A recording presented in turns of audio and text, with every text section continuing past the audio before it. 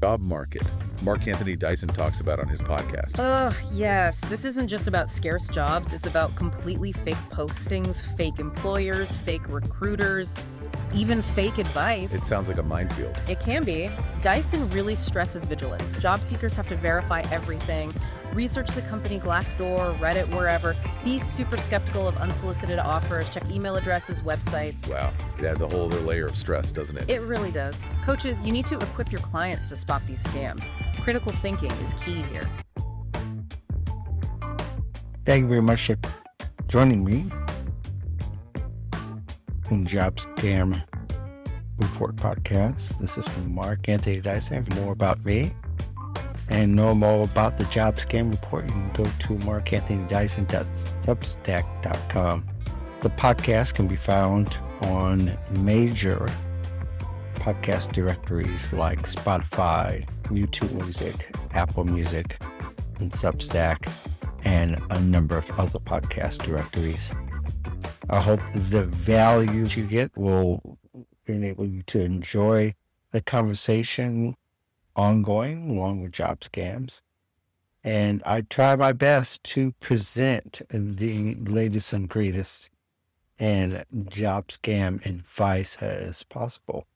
We know the job scams are on the rise this year, and even with the summer months, they have not stopped at all. There's different iterations of it, and I want you to be able to navigate your job search safely. But you can't do that if you're always seeing jobs are too good to be true, have great looking salaries, offer PTO unlimited, offer flexible schedule, all those things a lot of people want in addition to making money. But unfortunately, this is appealing to people who are depressed and have anxiety. And the one thing I want to talk about today, and that's fear. Now, fear is a very real thing for most of us because we all experience it in one way or another. And although the fear isn't of job scams itself, but there should be a healthy fear to avoid it, like you would a runaway truck or somebody is unhinged. Of course, we want to stay away from those kind of things. But I think fear exists when it comes to job scams, and victims falling for it comes long before they're actually victims. They are actually fearful because of long-term unemployment, or we would call it unemployment fatigue, as well as layoff PTSD, which is very real. I know it's not uncommon for people to have experienced 3 to 4 layoffs in their lifetime, and maybe a number of them in the last several years, especially since the pandemic. We could always use that as a marker for people fearing for the unknown and fearing for what's been taken away from them. And a lot of times the freedom gets taken away to be able to apply to what they want without any worries about being scammed, so to speak. So this is a conversation, I want to be a short one, where we could just talk about how fear plays a role before you even get to being scammed. I think there's a lot to do with your mindset. Your mindset, if you're not careful, you could already be vulnerable to a scam already because maybe you have filled out hundreds of applications. You've given your personal information to those applications. If you've done more than 100, and there's no magic number here, but I'm just using it as an example because there have been job seekers who fill out hundreds of job applications a month or a couple of months' time. But because there are a few they may not have researched, but they based it on the name of the company and a salary, they went ahead and applied to a job they saw on Indeed or LinkedIn or wherever. They may have even seen a LinkedIn post, but they didn't check to see if the poster was actually a real person, an actual active profile, engages people, or is just helpful to people. They don't see the employer website could be fake to that application. They went ahead and filled it out. Therefore, they go down that rabbit hole of getting more fake opportunities, being DM'd about it on LinkedIn or even a Gmail. They're getting calls about it because they've given out information already. So fear of not being able to pay your bills, not being able to have a job to go to tomorrow or the next few days, or even fear of the future, what will it be like in paying back student loan? I would have to go and pause it again, or have to find some way to pay it. And you don't know where it comes from. Those fears are very real and very legitimate. And a lot of those fears we often have come from a place of, again, having those feelings and those experiences where we have been laid off suddenly and laid off a number of times, and we want to avoid having gone through the job search experience again, because most people do remember their job search experience was very challenging and it was hard. And if it was the last 5 years, it was very hard in a very turbulent market, kept going up and down. At one point, it was a job seeker market. Now it's totally an employer's market where layoffs and terminations are happening at scale. And there are companies that are saying if you don't fit in, getting where you fit in when it comes to AI, at least knowing how to use it, which, by the way, the majority of people still don't know and never even tried an AI or LLM machine, they could be left out of the job market, especially when it comes to the next few years, where we're going to see a growing amount of companies requiring AI specialists of all types. And you are still on the ground floor, which honestly, as far as time, we all are on the same floor. And there's still time to make those adjustments. But people have fear of layoffs, and the ability to get unemployment is going to be stifled. We don't know how it's going to run yet, because unemployment is something is not very easy to get in a lot of states. Now, you can get it for a limited time, but how much will carry you? For a lot of people, it doesn't carry them very far. So they have to do a lot of other things to make it. There's a lot of fear of the unknown. And if you're fearing the unknown and you're falling for a job scam, which is unknown, then if you've been a victim, and some people have been victims 2 or 3 times, the fear is something scammers are using to take advantage of you. It's called social engineering. Now, there's a lot of ways they're using your emotions against you, and feeling fear, feeling doubtful, having a certain amount of faithlessness in your abilities, causing you to question yourself or whether you're hireable, causing you to think, I'll just get laid off again, or not making enough money because you are working at a job, but you're not working at the right job to make a living, but you're just trying to do something to have money still come in. Fear is very real. Scammers know, and they're using it against us. So we have to do what we can, all of us on the other end, to mitigate fear, or to combat it, rather. We have to combat the fear as much as we do the scammers. Bad actors are all the time looking for people to take advantage of, and they're using a variety of schemes to do. I was reading an article where there's about 70-90% of the scams are being driven, people falling victim to. They're using social or emotional engineering. They're manipulating you. They're giving you offers that are too good to be true. Some things, there might be a few, actually, is right up your alley. Now, I know we could argue about whether we think scammers are smart or they're not. What they're doing is they're going for the big deals. And not really, everybody falls into their schemes. There's not a lot of money in it, but they're going for even something bigger. And your personal data. That's what the real big deal is. You think about companies have you seen it a couple of times in the past couple of months already, where these companies went bankrupt, but because they had data on us, they were still able to make hundreds of millions of dollars, which doesn't mean they made a profit, but does speak to how precious data is.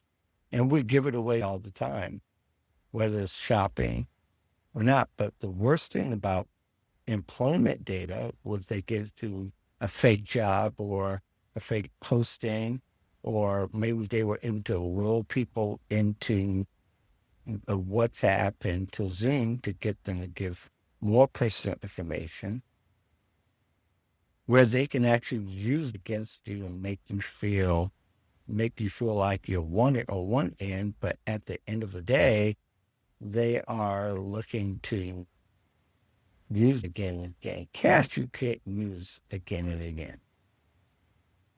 That's something to make clear. When they take $2,000 from your account, believe it or not, peanuts compared to what they can do with your personal information. They can impersonate you to use your credit information, to use your banking information, especially if you've given it away. And of course, along with a bunch of other people, they've been able to get their personal information and resell to somebody else. So they're making money as well. But if we are not fearful at the beginning of it all, we will be better off and we'll fall into less scams. And there are several ways to do it. And let me go through a few of them. One way is when you're researching, you're focusing on your job search. What somebody else's offer is not even realistic or part of the market value for the position you want. You should be able to ignore them pretty easy if you have driven out fear through what you know before you even start your job search. And researching companies is a thing. And really, you don't have to, there's a lot of ways to avoid fake company. But the one main reason for the fact somebody is saying, one, they see your resume, you could be perfect and they see your profile. And that's one thing. Another thing is they are saying there's a perfect job for you when there is really no perfect job. But you are able to look at those kind of options and see they're not really options at all because you've already done the work. You see, this is not the way this industry or my industry operates. So you can ignore them. Another way you could fight them beforehand is to be sure to understand how recruiting works. Recruiters just don't cold email you out of the blue unless you've given some kind of consent to offer you a job they're not very specific about.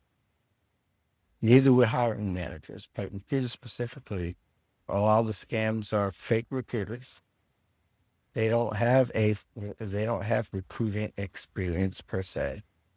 They don't know how recruiters operate, but they'd gladly play on your emotions of fear. Again, it happens before you got scammed, is you don't have next month's rent. And while real, it's not worth taking a chance because it's very discouraging. And plus, there's prices to pay again. If you've given your personal information, it can really destroy you.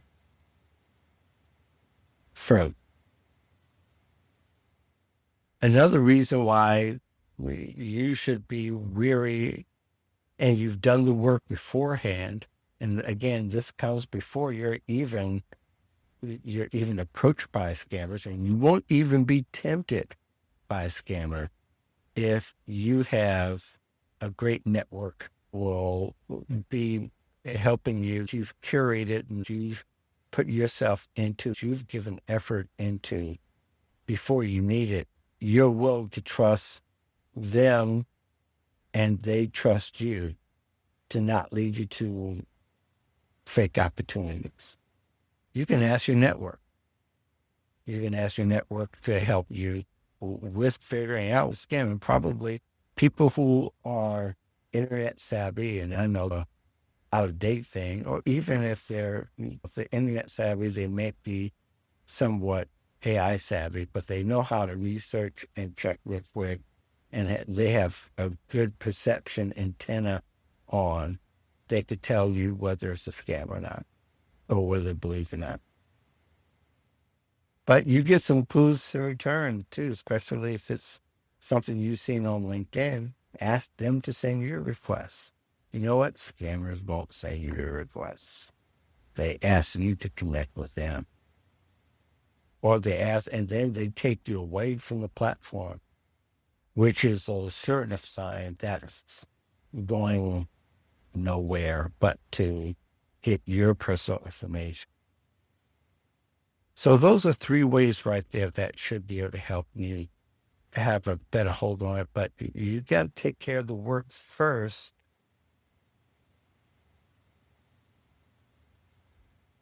You got to take care of the work first as far as preparing your mind for job search. You're not in a place of desperation or depression, anxiety, stress, all of those things. But mostly, too, you're not fearful. There's concern and then there's fear. Here's the thing, if you allow it to get to the point, it becomes out of control. But if you're in control, you have concern. And in fact, there are some proactive measures you could have taken before you even start your job search. And for sure, you have extra layer of protection because you know if you see a job luring you down the hole of unlimited PTO, great salary, not a lot to do, you can work 2 days to get $900 per day. You look at some of the stuff in hindsight, you'll see perhaps it's silly. You may even look at one that's silly, but ultimately it is concerning you have allowed yourself to be played and be victimized because you weren't prepared. Yeah, now Mark, you mentioned about job scams, and it seems to be you're running with this. This is like your crusade. I've gone deep down a hole. I don't know if I'm coming To be back. fair, I didn't notice. I have to learn to be in perpetual motion. Yeah, now Mark, you mentioned about job scams, and it seems to be you're running with this. This is like your crusade. I've gone deep down a hole. I don't know if I'm coming To back. be fair, I didn't notice, like, can I tell you, I really didn't notice anything about it, but then I kept seeing you posting about it and other people posting about it. What's going on here? So for people who, like myself, are still not really sure what the heck is going on, can you Right. share is it really that bad? What do you have to watch out for? Pretty bad. And let's just say, if there's any place to start explaining it, scams have gone on for years. People begin this game for years. Technology has made it so that these scammers are using social engineering tactics. Like they were, What yeah, kind of stuff? they play on our behaviors like you talked about. They know that people are going to mass apply to hundreds of jobs. And you talk to some of the people, and I try to have conversations on a regular basis daily. And how I do it is I go through LinkedIn, I put job scams in the search box, and I look for different posts. Some of the posts have nothing, or it's just I'm wanting people to stop, or this is what happened to me. So I try to jump into some of those conversations. And a lot of people mass applied to, listen, I applied to 200 jobs this month and I haven't got it. I've applied to 200 jobs in the last few months and we got anything. If you weren't vigilant, then likely you are a target because you've applied somewhere along the line, applied to a fake job and you applied to fake employer. But what's their game? Are they trying to steal your information? They want your private information. Yeah, we could talk about they want your cash, and they've been pretty good at getting people's cash. I saw where one woman was scammed $110,000. It's insane what people go through to do something, and most of the scams are built around something you could do pretty easy and scale it with the promises that you do work hard, so to speak, you can make a lot of money. And then people don't ask themselves, and no, man, this is pretty good, because there's one woman that she was getting money in the bank, but she was asked to reinvest that money. But then when roosters came to crow, all that money gone, and the bank had stopped getting those deposited checks. And the banks didn't even pick it up sometimes. So all that to say is people are getting scammed. They're getting is Yeah, they're getting tricked, but it's getting tricked by a lot of their own propensities to that they're going to go and they're going to look, and it's a numbers game. Within that numbers game, if you apply to 100, I bet you 10 of them were fake employers. I bet you. And yeah, we're assuming that Indeed and LinkedIn, all these places are 100% safe. We found that not to be true as well. So people are basically getting lured through what people understand their behaviors to be, was the mass supply, is to not check carefully and not research carefully the employer or the person that they talk to. A lot of it's because the offer sounds really good to be true. They met somebody who's nice, which who doesn't respond to a nice person, right? They understand that people are desperate at times, especially if they've been unemployed for a long time. Their funds are running out or run out. No more unemployment. They become a target. They take advantage of the fact that people share pretty liberally on social, and all that gets picked up. Not to mention that these scammers also are not just tech savvy, not just tactical in using social engineering, but they've become pretty great marketers. And I have somebody who says that's not completely true. They are marketers because they're able to go to someone and have a conversation and fool someone to think that product is the thing that they should buy. And the buy is basically them filling out the application with their personal information, and the end game being that now that I have your social security number, your birth date, your bank account, I can take advantage of you for a while. And maybe they won't have the same bank account information for a while. Your birth date doesn't change, and neither does your social security change. So you've got to so after you get scammed, a lot of people don't do that work either. They don't go back and they don't they don't report to me, hey, my social security was stolen. Hey, my bank account was in breach. My privacy is being in breach, and figuring out and putting things in place so it won't happen again. But they don't do that. They think, oh, I got scammed out of the money. That's pretty much it. But they have your personal information. They can repurpose that, so to speak, for lack of a better word. They can reuse that information and perhaps sell that list that they have to some other scammer that's just come back and will come maybe in a different way and scam you in a different way. But it's a vicious cycle that could continue on for years. And surprisingly, a lot of people don't realize that they got you before they get you. And I know I'm rambling just a little bit, but they got you before they get you. They have a lot of your information already before you get scammed. They have a lot of our information. They're just trying to see what else they can get. They may not have your social security number, your birthday, even your wedding date, even your start date, where you start at the company that you're at. That also makes you pretty vulnerable, because then they can become you. They can become an imposter of you, apply to hundreds of jobs, and you're not being able to know or benefit from the fact they might have gotten interviews and may have scammed the company out of hiring them for money. So it goes a lot of different ways. It's not just one thing that just happens that we could say be on guard. We got to be vigilant, and we got to alert the public as much as we possibly can, especially those who care about job seekers and care about, how they're doing. And really, because how they're doing jobs is how they're going to do everywhere else they show up. Well, thank you very much. That'll be it for the Job Scan Report. I want to address some of the work, and your best tool in utility belt is the preparation before you start the job search. You're not in a place where you may have a great need, but it's not reached a point of desperation where it ruins your judgment or anxiety or any of those emotions. Conquer the fear first. And then you'll be prepared. It doesn't matter what advice it is. You won't be tempted with silly and inane job scam offers, fake companies, fake recruiters, and everything. Thank you very much. And you all will have a great day. Thank you very much for joining me on the Job Scam Report.